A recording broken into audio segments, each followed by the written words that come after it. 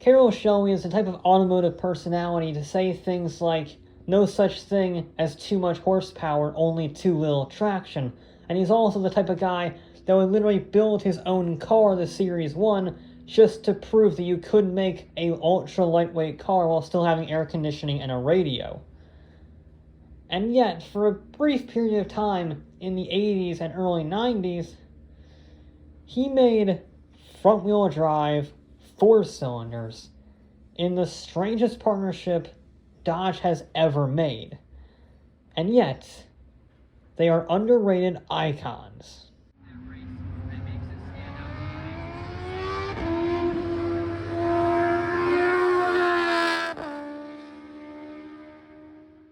The Chrysler Corporation was brought back from the brink of collapse in 1978 by the newly installed CEO Lee Iacocca. He did this by factory resetting the entire factory, selling off Chrysler Europe to Peugeot, getting a loan from the feds, and developing a highly profitable K-Car line. The K-Cars were front-wheel drive, small displacement economy cars that had similar underpinnings on a multitude of completely different designs to save cost. These were very efficient and very reliable modes of transport that didn't break the bank. Americans loved them at the time of the gas crisis. So these K-Cars single-handedly saved Chrysler and ruined their performance reputation because they were rather dull. But Lee Iacocca had a plan to bring some fire back into the iconic Dodge brand by calling an old friend. Everyone in the world knows Carroll Shelby, the Le Mans winning Texas chicken farmer who beat Enzo Ferrari on his home turf with the help of Ford. I mean, the man created the GT350, the GT500, the Cobra, the Daytona Coupe, the GT40.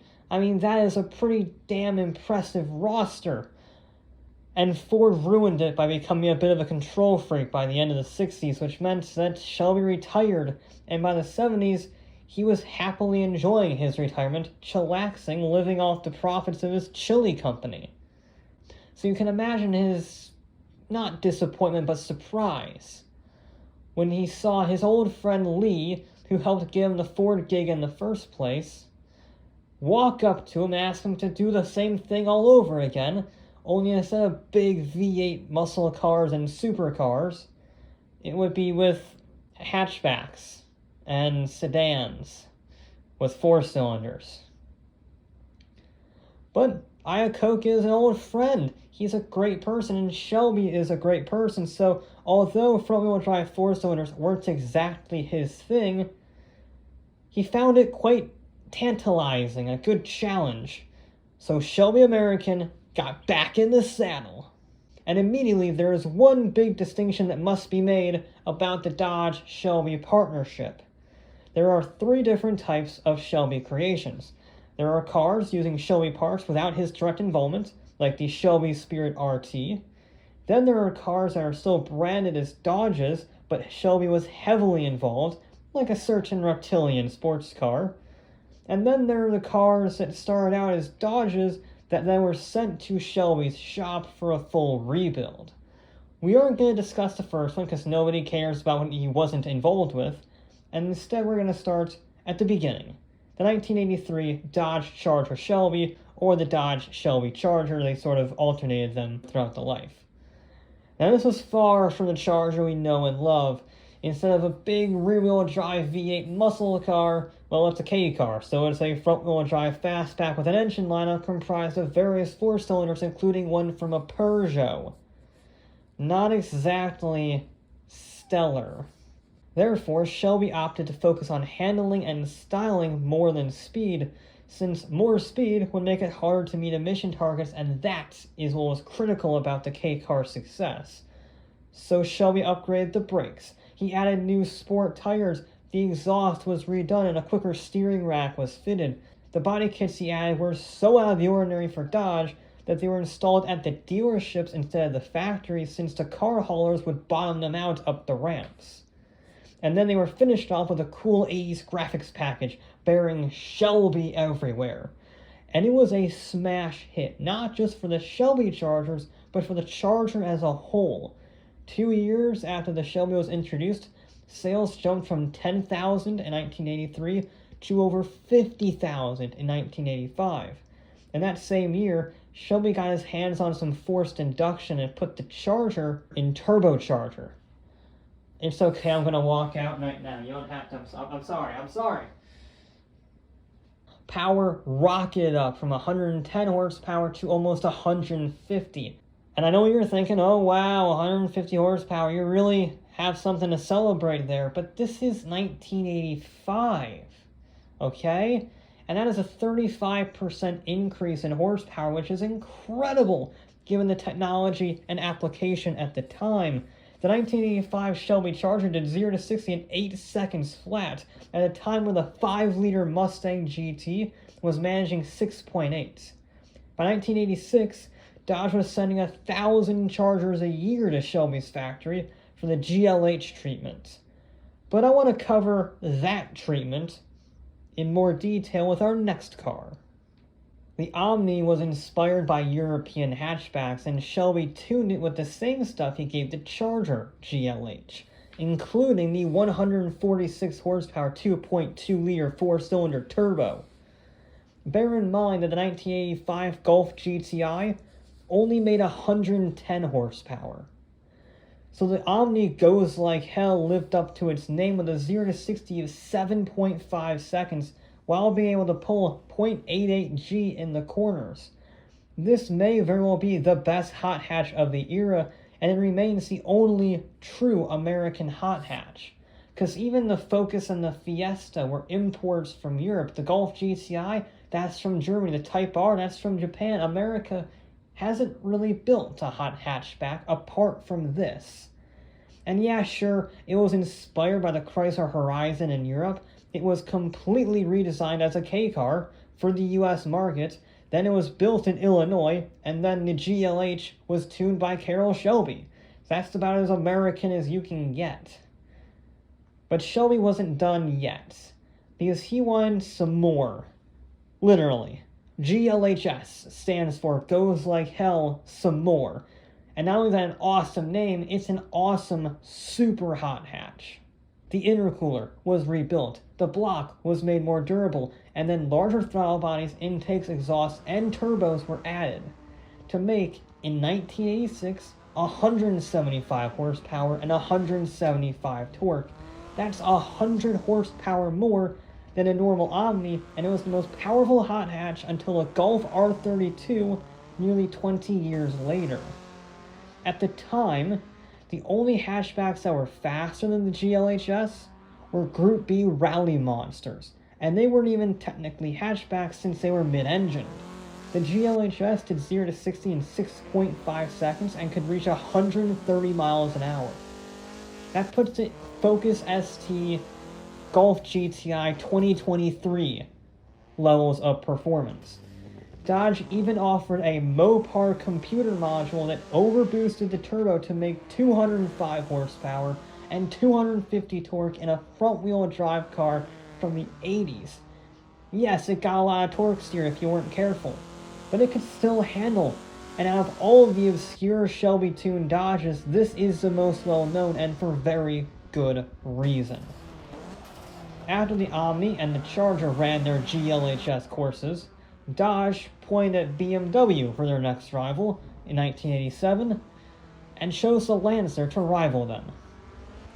But calling the normal Lancer a BMW rival would be a bit generous, since in its advertising for the Lancer, Dodge actually used 0 to 50 mile an hour times instead of 0 to 60, because Americans were too stupid to notice the minor difference when comparing it to the European 0 to 60 advertising.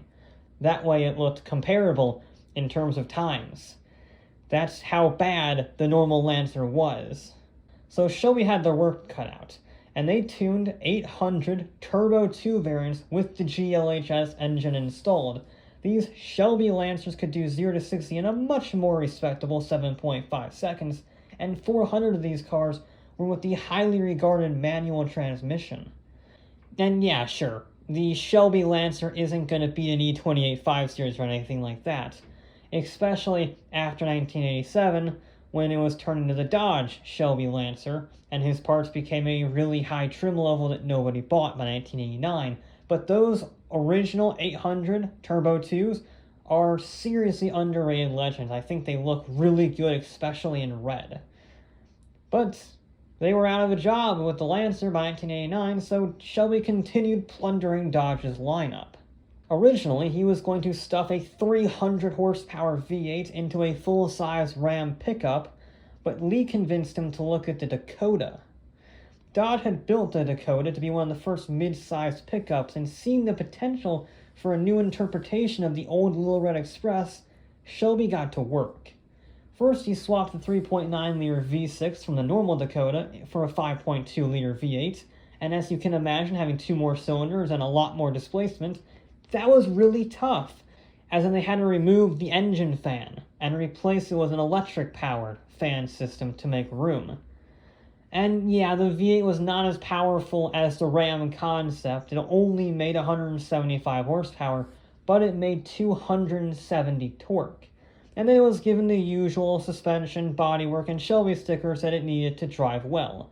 It was the first in a new era of sports pickups that would spark a full-blown war that we might be talking about pretty soon. But since only 1,500 were built, it kind of fell by the wayside when compared to the Cyclone and the Lightning. But Shelby did not give up, because next up was the Shadow. And it was different than all of his other endeavors. For one, it had a different name, the Shelby CSX, or Carroll Shelby Experimental. And for another, it was surprisingly common. Over 2,000 were built compared to the 1,500 Omnis and the 800 Lancers.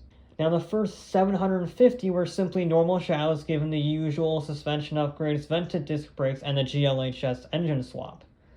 And this first batch was still a pretty competent car despite only being the tame one. And since the Shadow was actually a small sports coupe instead of a truck or a sedan, it was actually the second fastest Dodge Shelby ever built, with a 0 to 60 of 6.8 seconds. But Shelby, as I hinted at, wasn't done, because this is the base model, and he looked to his past for inspiration. Back in 1966, Shelby partnered with the Hertz rental car company to make rentable road racers out of Shelby Mustangs. These GT350Hs were, and still are, icons, so he figured he would try that again with the CSX-T. It was rentable through the Thrifty rental car company, and they only made 150 horsepower because for some reason they didn't have the GLHS engine swap. Pretty anticlimactic if I'm honest, especially because they're only available in white, because that's the theme. Definitely not as interesting in both paint color and overall as the Shelby GT350Hs, that is a guarantee. But Shelby's efforts with the Shadow quickly rebounded with what was thought to be their final Dodge partnership, the CSX-VNT. And because they thought it was the finale, no expense was spared. It had a unique 5-speed manual gearbox, a unique body kit to reduce drag, a custom red paint job with gold wheels, and a whole lot of innovation. Premium fuel was used for the first time in a Chrysler production car to make the engine run smoother, and Shelby-designed composite plastic wheels called fiber rides were added on that were even lighter than the aluminum wheels being used on other CSX models. But the big game changer was the system that gave the car its name. VNT stands for Variable Nozzle Turbo. This was a turbo that had moving computer-controlled vanes instead of a wastegate. This allowed for more torque at higher RPMs and more immediate response at lower RPMs. So the VNT made 205 foot-pounds of torque at just 2100 RPM, and it kept it all the way to the red line. It was a seriously impressive engine, and with this engine and the new drag-reducing body kit, they were able to test the VNT up to 156 miles an hour in a front-wheel drive K-Car from 1989. Only 500 were built and remains an often forgotten automotive legend. And with that, the last of Shelby's tuning was done as the Viper project entered full swing, which he was a consultant on. And yet, he just couldn't help himself. He held out as long as he could, but for 1996, Shelby rolled out the Viper SRT-10 CS. It had the same 8-liter V10 power plant, but it had new Cobra-style bodywork, a new exhaust, custom Oz racing wheels, and full racing harnesses. 50 were supposed to be built, but only 18 were finished before he was hospitalized for a kidney transplant. But just before he went into surgery, he got one last, truly special Dodge on the streets, one that absolutely justified everything that came before. The Viper GTS CS. It was essentially the ACR before the ACR existed. The GTS CS had all the goodies from the SRT-10, but with a little more oomph behind it. It got a new ignition system, a new air intake system, and a recoded computer to make 500 horsepower.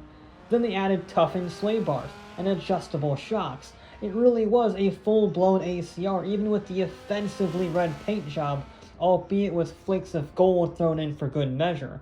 It's honestly, in my opinion, one of the best-looking Vipers ever built, but good luck seeing it outside of Google, since only one was made before his hospitalization. It's the rarest Viper ever made, and a glorious send-off to Shelby's work with Dodge.